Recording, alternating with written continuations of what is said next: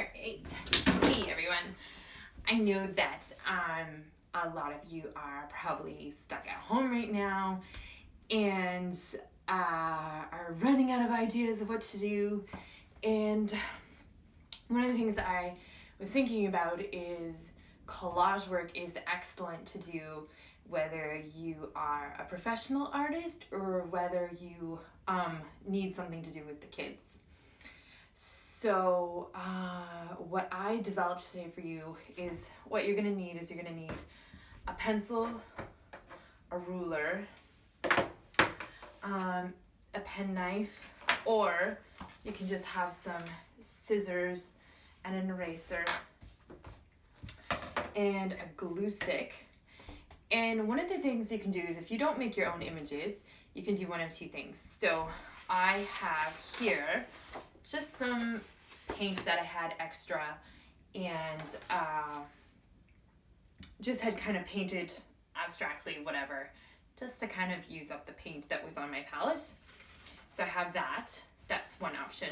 Another option that you can do is you can go onto something like Pinterest and type in texture and see what you can get. You know, look up a few different things and just print them off, and you can work with that instead of if you don't have paint or anything. So what we're gonna do today is I'm gonna show you, I'm gonna first work with my image. This is one of my images that I make. My images are very textural and abstract, so they work quite well for this. And then afterwards, we're gonna do the paint one so you can kind of get an idea of what it does. So the reason that I like this idea of working like this is that you can do this at any level, and it makes for a good warm-up exercise as a professional. So if you're a professional and if you're either stuck, you're in maybe like a creative rut and you don't know what to do, then you can do this to kind of help move things along. Or sometimes you just feel like you really need to make something and nothing's really coming together, and it's sometimes just good to get a mini project done in order to move forward with maybe something bigger. And sometimes when you get into a workflow, you can really start thinking about creative ways to resolve your big project. So first things first, so I've prepped this one here. What you're gonna need is we're going to be, these are 1.5 inch squares. Okay, and I've taken a sheet of A4 paper. Actually I had a sheet of A3 and I cut it in half to make A4. I think that's about letter size. And then on the sides here, I cut off 1/8 inches on the sides, on the 3 sides. And then sort of something from my printmaking days is that I've left a slightly larger margin on the bottom. It just looks a little bit better. I don't know what it is. It just looks a little bit better. So this one's prepped, and I'll show you how I prepped it exactly. So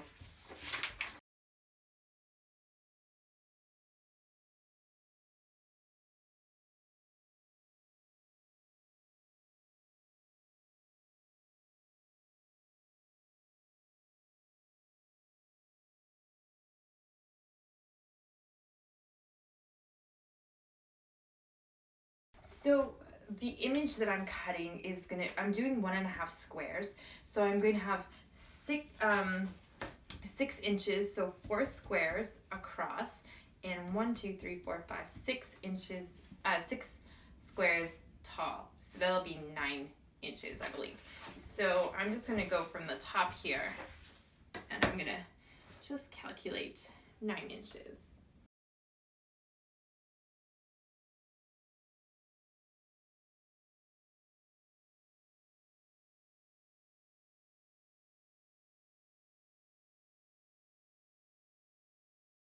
Sometimes, so our brains actually have a really hard time switching tasks. So if you're either coming and going from class to class, or if you are kind of coming in the morning or whatever time that you come into your studio, and you're maybe finding yourself having a hard time getting into a mindset, it's good to kind of just warm yourself up, get yourself going, and the brain finds it much easier to do something once it's started warming up. And then bigger tasks are actually easier to do after you've warmed up. I wish I would have known this a bit earlier on in my university career. I think I kind of discovered it a bit more in my master's degree if I came in and sort of fiddled around a bit. And no, I don't think Netflix is a very good warm-up. I think that just makes it harder to get going. Okay, so 1.5 inch squares, 1 1/8 on the sides and the top, and then you just calculate 9 inches from this top line here all the way down here, and that's how you get your slightly bigger bottom. All right, so for this, what you want to do is you want to cut off all the white sides.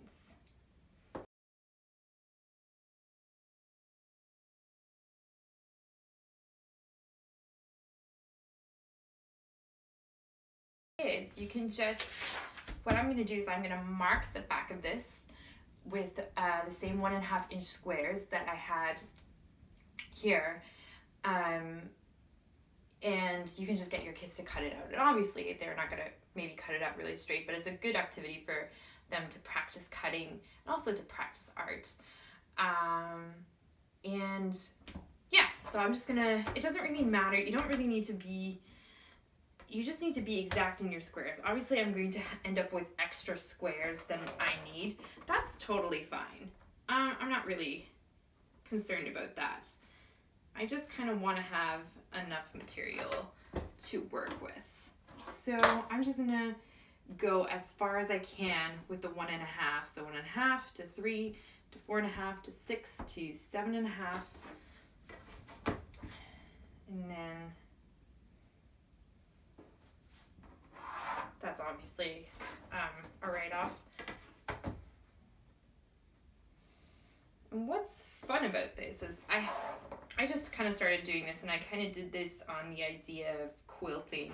I really have like a strange love for quilts, and I don't really have any fabric right now, and I can't really go out and get fabric, and so the idea was kind of like, what could I do with what I have, which is always what we want to be asking ourselves as artists. So what do I have?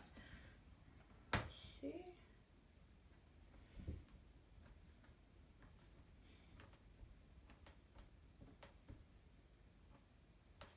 So that's only going to go up to 9 inches anyways, which is why it's the length for our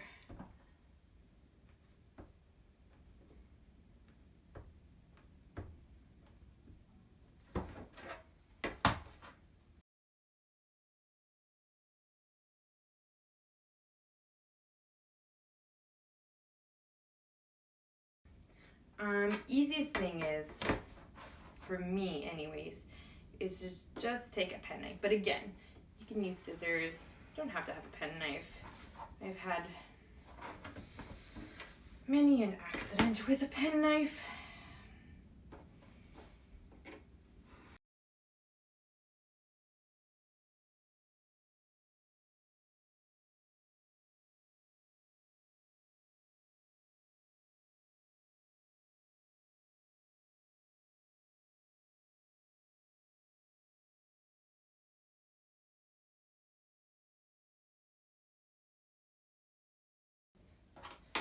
I'm all for specialized sort of materials, and I like playing with that sort of thing too, but the thing is that, so see,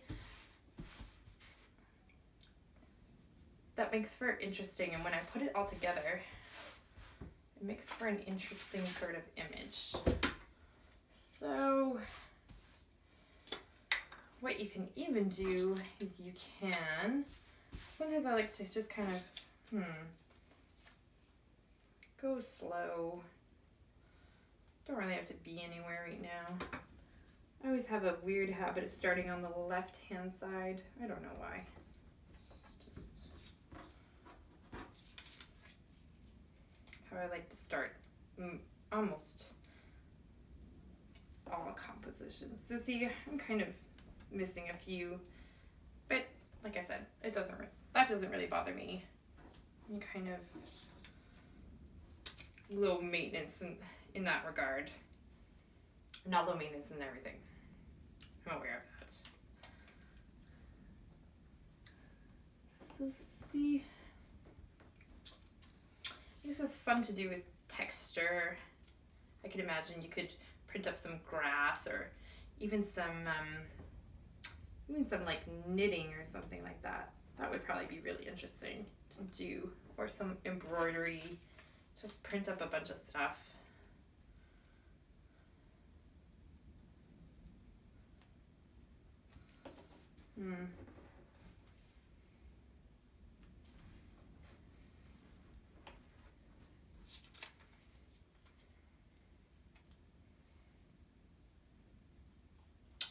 Yeah, see, now some of my laziness is showing up between these lines, and I'm not 100% that I'm a fan of this. So maybe you should cut yours a little bit slowly, more slowly than I did. But can still make for interesting.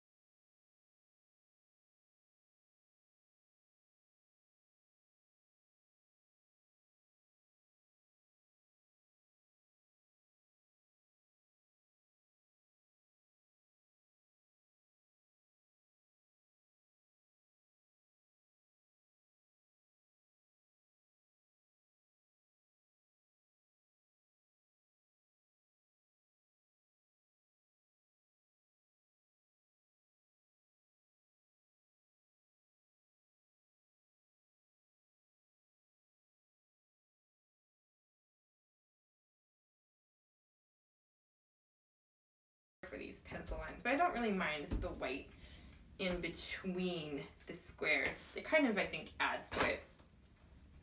I'd be sometimes a little bit too much of a perfectionist and I want it to look perfect, but I think that there's something interesting about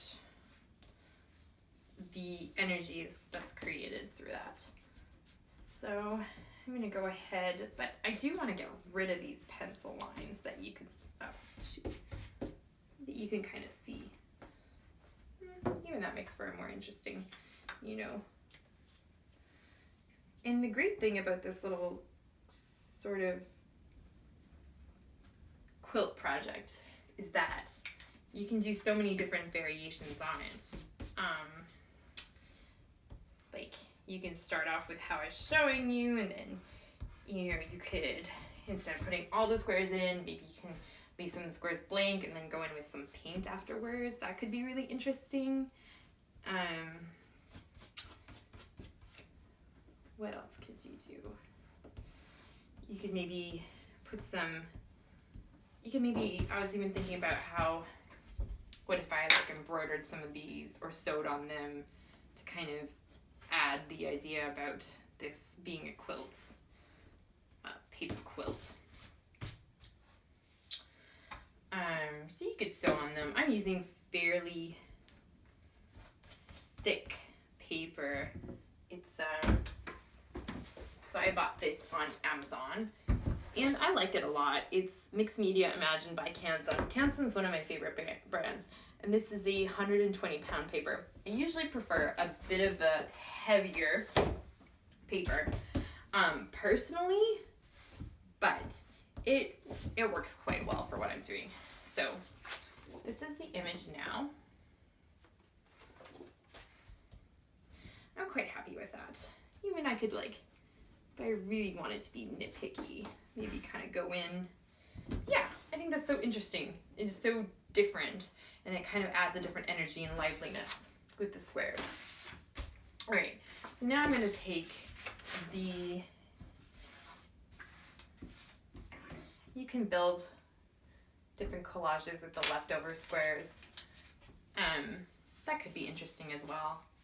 Mix up paints with them.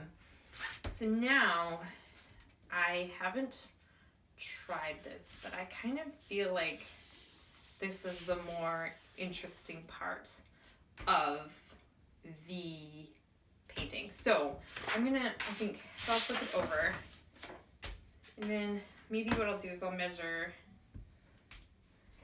9 here.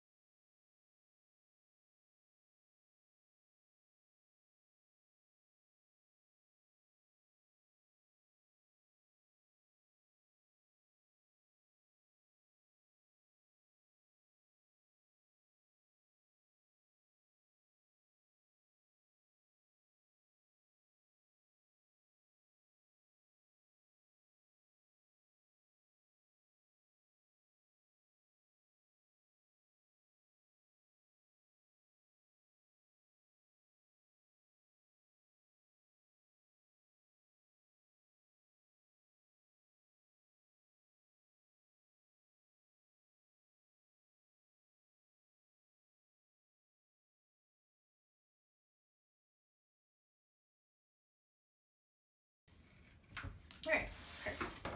Now we can flip those over. And this is kind of interesting to kind of mix them up a bit. Get out my a sheet of A4. So I think this is kind of an interesting way of doing this, because then you can have more control over the colors that maybe you want to do. I'm kind of thinking about, again, I do this thing where I always start on the left side. I don't know why I do it, I just do it.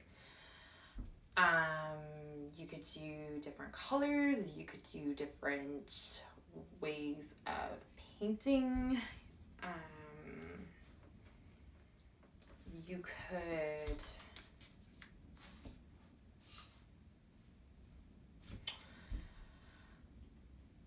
what else could you do? You can sew on these, like I said before.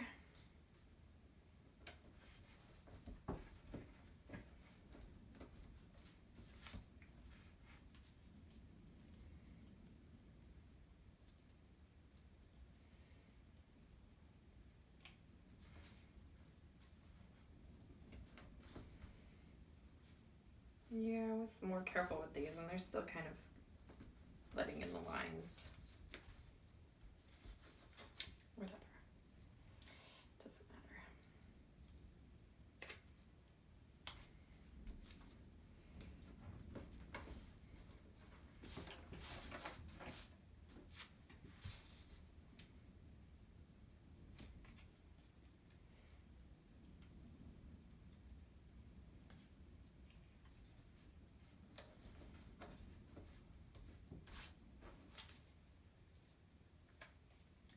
This can be fun too, if like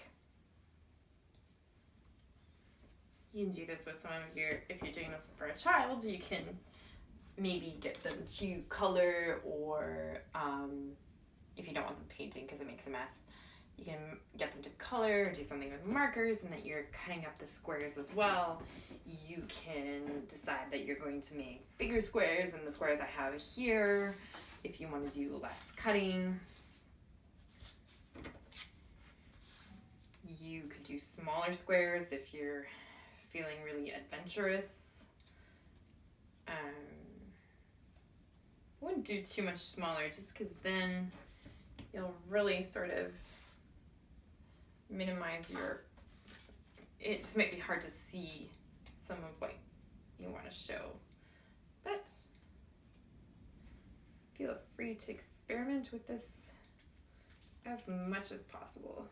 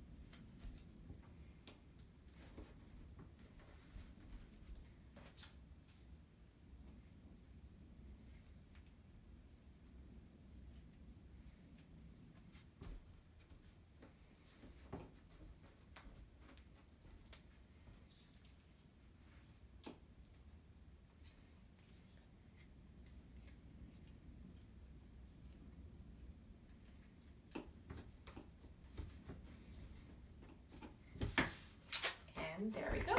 And there you're done. So now, you might want to turn it over. Just kind of give it a smooth sort of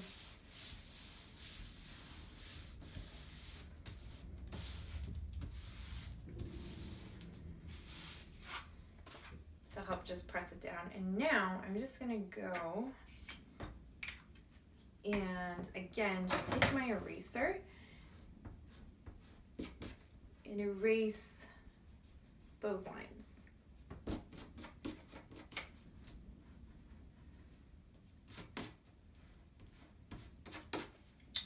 One of the things you could probably do is come, especially with the painted one, is you can come and you can paint some lines on top of this. That could be interesting as well, where we're having a mixture of sort of whatever you put on top is going to push the background a little bit, just so you know. So that's just the way that it works. Your brain automatically sees that whatever you put on top is in front, and so it will make your space very different if you start putting things on top. And you could start doing stuff like this, whatever you want to do to kind of just keep the project going or make a new one. Cool. So I hope that you really enjoy this. I really enjoy making these little quilts, as I call them. And if you decide to make some, I would love for you to tag me in them. So tag me at #quiltcollage. I'll put the hashtag down, and you can also tag this as #hackingabfa. So the idea is that we're going to be doing projects that are maybe more academic, maybe some less academic, but the idea is that you're going to get an overall education or idea.